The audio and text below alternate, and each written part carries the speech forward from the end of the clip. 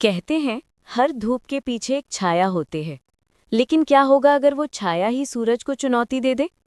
कभी कभी अंधेरे से लड़ना आसान होता है, पर जब अंधेरा सिस्टम के भीतर हो तो जंग सिर्फ बाहर नहीं, अंदर भी लड़ी जाती है। ये कहानी है अवनी शर्मा की, एक युवा आईएएस अधिकारी जिसे लगा था वो देश की सेवा फाइलों से करेगी। लेकिन किस्मत ने उसे भेजा रामगढ़। रामगढ़, एक ऐसा जिला जहां कानून नहीं, माफिया चलता था। और वहां की नई जिला अधिकारी अवनी शर्मा। पहले ही दिन अवनी को समझ आ गया, ये कुर्सी लकड़ी की नहीं, आग की बनी है।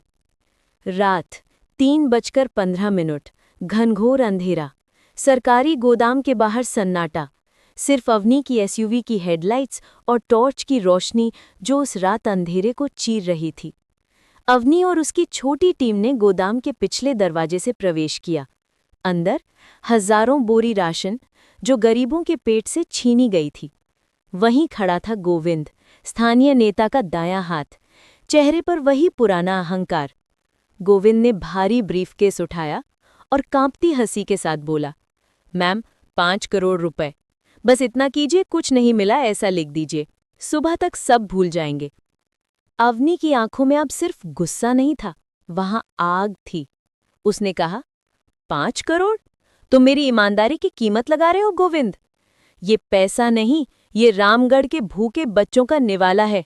डीएसपी जयंत, इसे और इसकी गंदी कमाई को सील करो।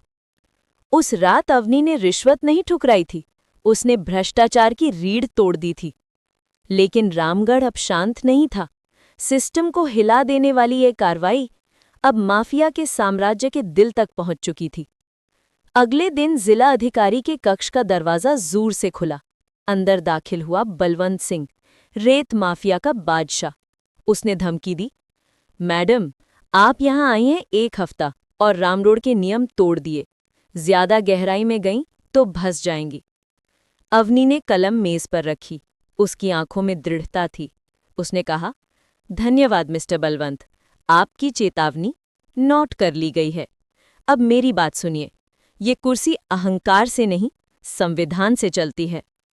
ये कोई बातचीत नहीं थी, ये युद्ध की घोषणा थी।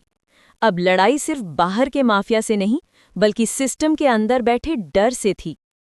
बलवंत ने पहले अवनी की मां को निशाना बनाया, फिर मीडिया को। हर अखबार में झूठ छापा गया, हर चैनल पर अफवाहें उड़ाई गईं। लेकिन अवनी नहीं टूटी।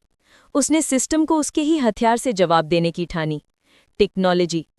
अब हम परंपरा से नहीं, सबूत से लड़ेंगे।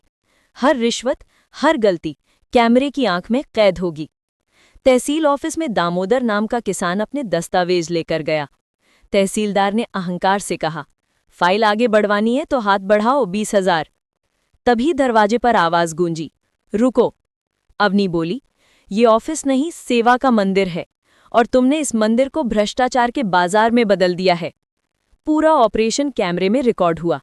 रामगढ़ की नींव हिल गई। लेकिन बलवंत सिंह के पास अभी आखिरी वार बाकी था। उसने डीएसपी जयंत पर दबाव डाला, कोर्ट में झूठ बोलो वरना परिवार खतरे में है। जयंत ने अपने बच्चों की तस्वीर देखी और फिर याद आई अवनी की नज़र। उसने कहा, मैं डर में जीकर अपने बच्चों को डरपोक नहीं बनाऊंगा, मैं सच बोलूंगा। जयंत की सच्चाई ने पूरा केस पलट दिया। बलवंत सिंह का साम्राज्य ढह गया। रामगढ़ की जनता सड़कों पर उतर आई, हमारी बेटी, हमारा गर्व, अवनी शर्मा जिंदाबाद। सरकार हिल गई। इतिहास में पहली बार जनता की मांग पर एक आईएएस अधिकारी का ट्रांसफर रद्द हुआ। अवनी अपनी मां से मिली, आंखों में आंसू पर दिल में सुकून। मां ने कहा, मुझे पता था मेरी बेटी सच के लिए लड़ रही है। अवनी ने अपने ऑफिस के बाहर एक नया बोर्ड लगवाया, ये कोई ऑफिस जॉब नहीं, ये रामगढ़ की आज़ादी का युद्ध क्षेत्र है। कभी-कभी एक ईमानदार इंसान पूरा सिस्टम हिला देता है।